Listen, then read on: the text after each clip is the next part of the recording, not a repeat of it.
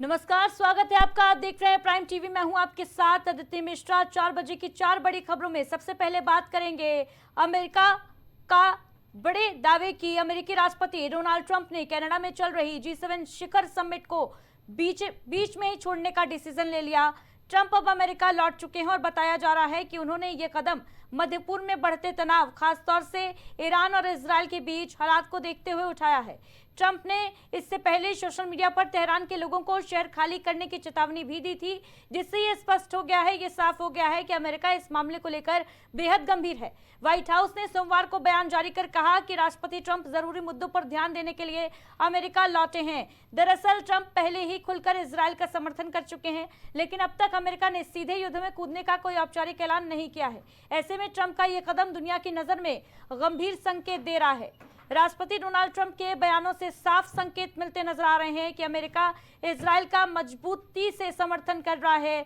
हालांकि अब तक अमेरिका ने ईरान पर हुए हालिया हमलों में सीधे तौर पर शामिल होने से इनकार किया है। तो इजरायल और ईरान के बीच बीते 5 दिनों से कॉन्फ्लिक्ट लगातार जारी है। तनाव जो है वो लगातार बरकरार है। जो तस्वीरें सामने आ रही हैं वो भयावह हैं। युद्ध के हालात बनते नजर आ रहे हैं दोनों देशों के बीच में। और इस बीच ये बड़ा सवाल है कि इस जंग में अब अमेरिका कूदेगा और क्या ये जो लड़ाई है वो विश्व युद्ध की तरफ जा रही है, क्योंकि G7 समिट से अमेरिकी राष्ट्रपति डोनाल्ड ट्रंप समिट से बीच में ही यहां पर वापस अमेरिका लौट आए। और जब ट्रंप से यह सवाल किया गया पत्रकारों के द्वारा कि इसके पीछे की वजह क्या है, तो अमेरिकी राष्ट्रपति ये कहते नजर आए कि कुछ बड़ा काम करना है।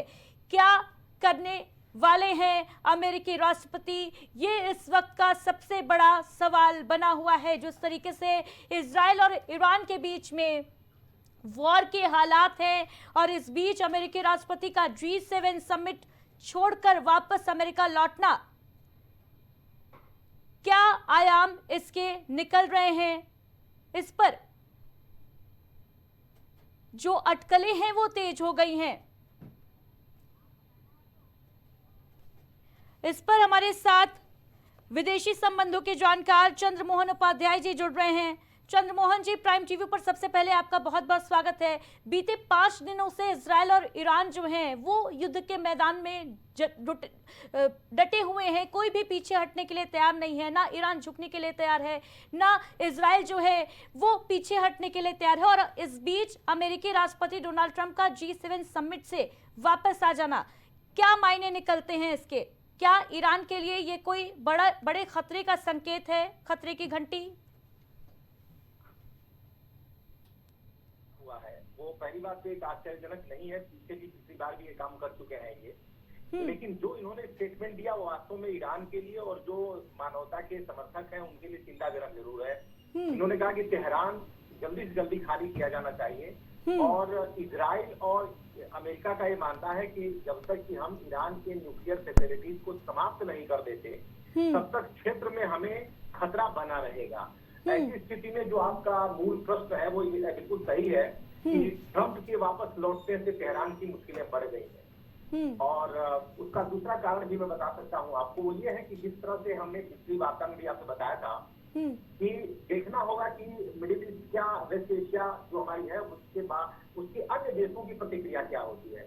तो वास्तव में अन्य देशों ने आक्रमण की तो इजराइल के आक्रमण का विरोध किया, लेकिन कोई समर्थन करने के लिए तैयार नहीं है। ईरान अकेला पड़ता जा रहा है। बिल्कुल। और G7 समिट से भी यही बात निकलकर सामने आ रही है कि G7 जो कंट्रीज हैं उन्होंने भी खुलकर ये बोला है कि इजराइल को अपनी रक्षा करने का अधिकार है। कहीं ना कहीं जो ऑपरेशन लॉयन इजराइल ने चलाया ईरान के ऊपर उसका समर्थन करती नजर आई G7 कंट्रीज। लेकिन अगर ईरान की बात की जाए, क्योंकि कोई भी मिडिल ईस्ट की कंट्री भी खुलकर सामने नहीं आ रही है ईरान के समर्थन में, लेकिन चाइना जो है वो अपने हथियार सप्लाई करना शुरू कर चुका है ईरान को। क्या आप ये मानते हैं कि ये जो तस्वीर अब उभरती नजर आ रही है वैश्विक परिदृश्य में एक खतरे की घंटी की तरह देखा जाए, कोई एक चेतावनी जो है ये संकेत दे रहे हैं कि अब विश्व जो है वो थर्ड वर्ल्ड वॉर के करीब पड़ता जाता नजर आ रहा है? क्या ऐसी स्थिति, तनाव की स्थिति जो है उभर रही है? मैं आपको बताना चाहूंगा कि ये जो लड़ाई हो रही है वो ईरान इजराइल के बीच में जरूर हो रही है, लेकिन इसके पीछे सीधी सी बात है कि इजराइल के साथ अमेरिका खड़ा है। इजराइल के साथ G7 के बहुत सारे जो क्रिश्चियन कंट्रीज हैं, जो G7 के ज्यादातर, एक जापान को कहा जाए छोड़ दिया जाए तो बाकी सभी देश लगभग के साथ है।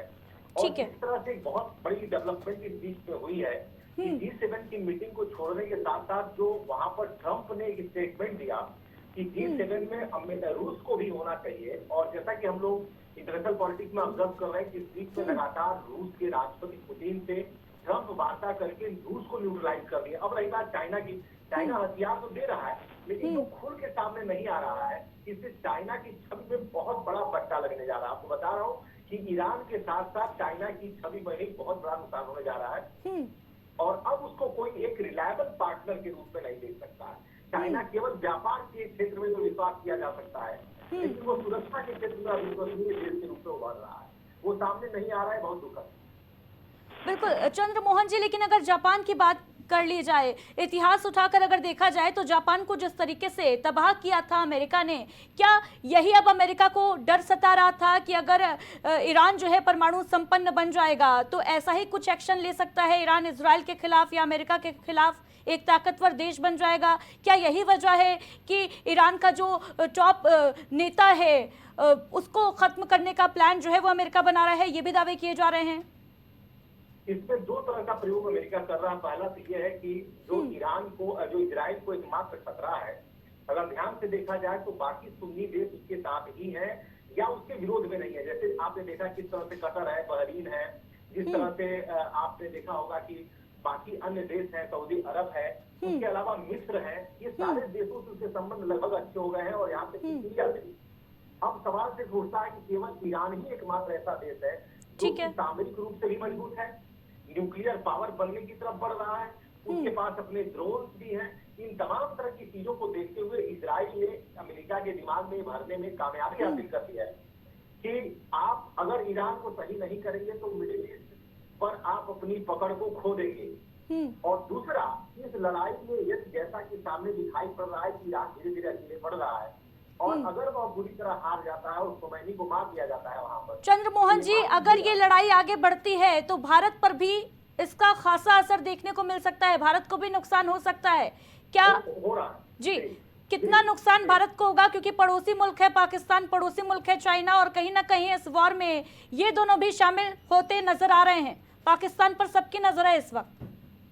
हाँ, पाकिस्तान पे नजर है, लेकिन भारत के लिए यही है कि जो आयात हमारा तेल होगा उसका मार्ग बदल जाएगा। जब जाहिर सी बात है कि हम जब जो हार्मोज स्ट्रेट है अगर उधर से नहीं ला पा रहे हैं, जो कि स्ट्रेट के नजदीक भी है, और साथ में अगर हम देख रहे हैं कि बाब एल मंडेब भी अगर हमारे लिए जो उसकी जो खाड़ी है वो भी दूर हो जाएगी, क्योंकि दो जगह पर ईरान अपनी पहरेदारी बढ़ाएगा और आतंकवादी गतिविधियां भी बढ़ा सकता है। और इस युद्ध के दौरान तेल की सप्लाई कर सकता है। तेल से तो निश्चित रूप से भारत को महंगा पड़ेगा, जब हमारे पास बफर स्टॉक है, लेकिन महंगा पड़ेगा खरीदना हमारे लिए। और दूसरा कि भारत ने जो एक साइलेंस की जो नीति अपनाई है वो हमें बहुत ज्यादा प्रॉफिटेबल नहीं लग रही है। भारत को भी बिल्कुल चंद्रमोहन जी, और वहीं करीब करीब 10,000 जो भारतीय छात्र हैं वो भी अभी ईरान में फंसे हुए हैं, उनको वहां से निकालना भी एक बड़ी चुनौती है अभी आज की तारीख में। बहुत बड़ी चुनौती, और भारत सरकार को प्रायोरिटी के तौर पर उन विद्यार्थियों को वहां हटाया जाना चाहिए, क्योंकि अब तेहरान पर अमेरिका की धमकी के बाद से अब हमारे पास ऑप्शन बहुत कम बचे हुए हैं। और हमें उन बच्चों के साथ साथ इस बात को भी ध्यान देना होगा कि भारत को अपनी डिप्लोमेसी को और भी शार्प करना होगा, और इस युद्ध को रोकने का या तो प्रयास करना होगा या एक साइड लेनी पड़ेगी। बिल्कुल, चंद्रमोहन उपाध्याय जी हमारे साथ जुड़ने के लिए बहुत बहुत शुक्रिया आपका।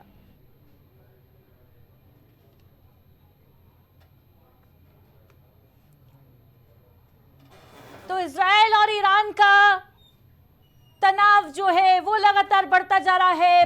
बीते 5 दिनों से दोनों ही देश युद्ध के मैदान में डटे हुए हैं। एयर स्ट्राइक हो रही है दोनों के द्वारा। 2000 किलोमीटर दूर बैठा इजराइल बम बरसा रहा है ईरान के ऊपर, और तबाही का जो मंजर है वो दिल दहला देने वाला है। और इस बीच अमेरिकी राष्ट्रपति डोनाल्ड ट्रंप G7 समिट से वापस अमेरिका लौट आए हैं, और उन्होंने बड़े संकेत दिए हैं। ये इशारा किया है कि तेहरान जो है उसको खाली करा देना चाहिए। और ये बयान अपने आप में बहुत बड़ा इसलिए भी बन जाता है क्योंकि तेहरान ही वो जगह है, तेहरान ही वो राजधानी है ईरान की, जो इस वक्त तबाही का मंजर, तबाही का दंश झेल रही है। परमाणु संपन्न देश बनने का जो सपना है ईरान का, वही उसे तबाही के करीब ले जाता हुआ